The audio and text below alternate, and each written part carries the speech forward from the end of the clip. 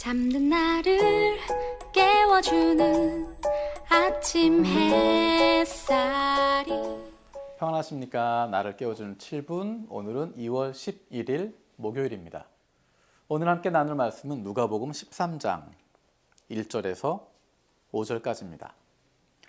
바로 그때 몇몇 사람이 와서 빌라도가 갈릴리 사람들을 학살해서 그 피를 그들이 바치려던 희생제물에 섞었다는 사실을 예수께 일러드렸다.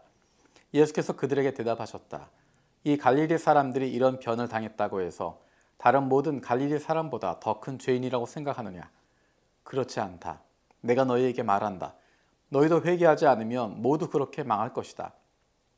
또 실로암에 있는 탑이 무너져서 치여 죽은 18사람은 예루살렘에 사는 다른 모든 사람보다 더 많이 죄를 지은 사람이라고 생각하느냐? 그렇지 않다. 내가 너희에게 말한다. 너희도 회개하지 않으면 모두 그렇게 망할 것이다. 아멘.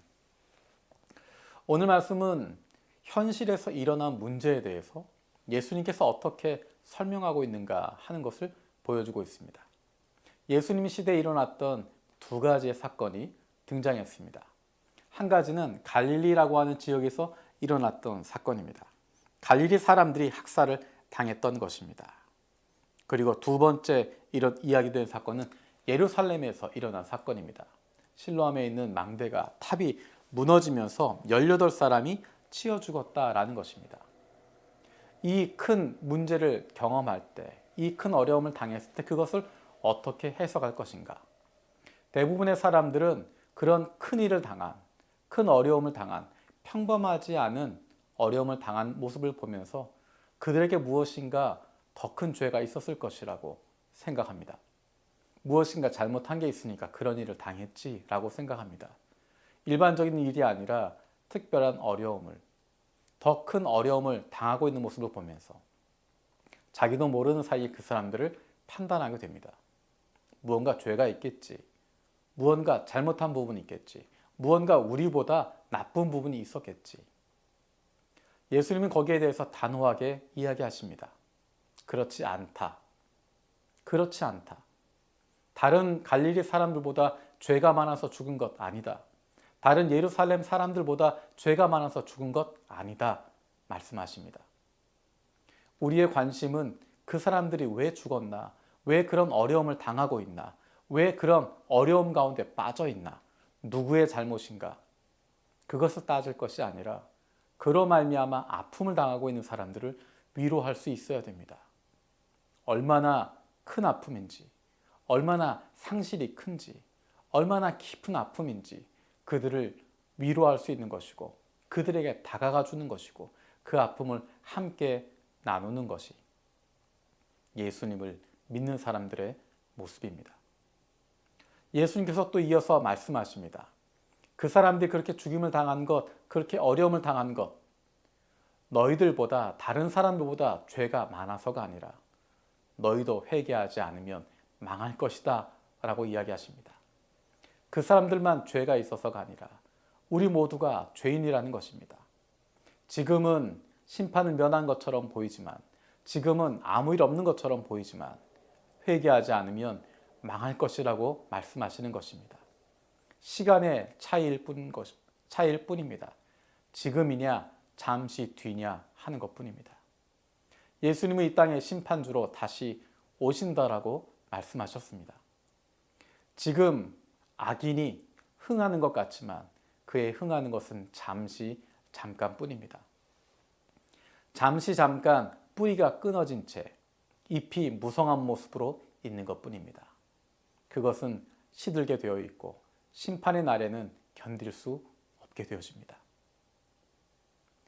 누구나 회개하지 않으면, 예수 그리스도를 믿지 않으면, 예수 그리스도가 아니면 구원을 얻을 수 없습니다. 그리고 지금 우리가 하고 있는 모든 일에 대한 부분들은 언젠가 반드시 심판이 이루어지게 됩니다. 예수님께서 단호하게 말씀하십니다. 너희가 돌아서지 않으면, 하나님께 돌아오지 않으면, 회개하지 않으면 망할 것이다 말씀하십니다. 지금까지 내가 심판받지 않았기 때문에, 지금까지 별일 없었기 때문에, 지금까지 나에게 어떤 일이 없었기 때문에 괜찮다라고 생각하는 것 아닙니다. 우리에게 다시 한번 기회를 주시는 것입니다. 회개하라고, 돌아서라고, 지금이라도 멈추라고 말씀하시는 것입니다. 우리에게 주어지는 그것을 잊어버리지 않는 것입니다. 다른 사람의 그런 어려움을 보면서, 세상에 벌어지고 있는 다른 문제들을 보면서 나를 향해서 말씀하고 계시는 주님의 그 음성을 듣는 것입니다. 멈추라고 말씀하십니다. 지금 가고 있는 그 길을 멈추라고 말씀하시고, 네가 하고 있는 그 죄악을 알고 계시다고 말씀하고 계시고, 우리의 중심을 보고 계시는 주님께서 내가 네 마음 다 안다라고 말씀하십니다. 거기에 멈추는 사람이, 돌아설 수 있는 사람이 그 자리에서 무릎을 꿇고 회개하고 다시 주님께로 나아가는 사람이 복받은 사람입니다. 그 사람이야말로 하나님 나라에서 새롭게 태어날 수 있는 사람입니다. 우리는 우리 주변에 있는 어려움들을 보면서 첫 번째는 그들을 불쌍히 여기고 안타까운 마음을 가지고 돌봐주고 위로하고 함께 힘들어하고 함께 눈물을 흘리는 것이 필요합니다. 그리고 또 한 가지는 우리 자신을 돌아보는 것입니다. 바로 지금이 주님께로 돌아갈 시간이고, 바로 지금이 내가 하던 그 일을 멈출 시간이고, 내가 가고 있던 잘못된 걸음이라면 멈추어야 하는, 방향을 돌리는, 회개하는 시간이 되는 것입니다. 주님이 우리를 부르고 계십니다. 기도하겠습니다. 살아계신 아버지 하나님, 감사드립니다. 예수님 시대에 있었던 그 두 가지의 비극적인 사건을 보면서 우리에게 말씀하시는, 우리에게 부르시는 주님의 음성을 듣습니다. 정죄하고 이유를 따지고 누구의 잘못이냐 그것을 이야기할 것이 아니라, 아픔을 당하고 있는 사람들, 어려움을 당하고 있는 이웃을 찾아가고 함께 슬퍼하고 손 잡아줄 수 있는 저희들 되게 하여 주시옵소서.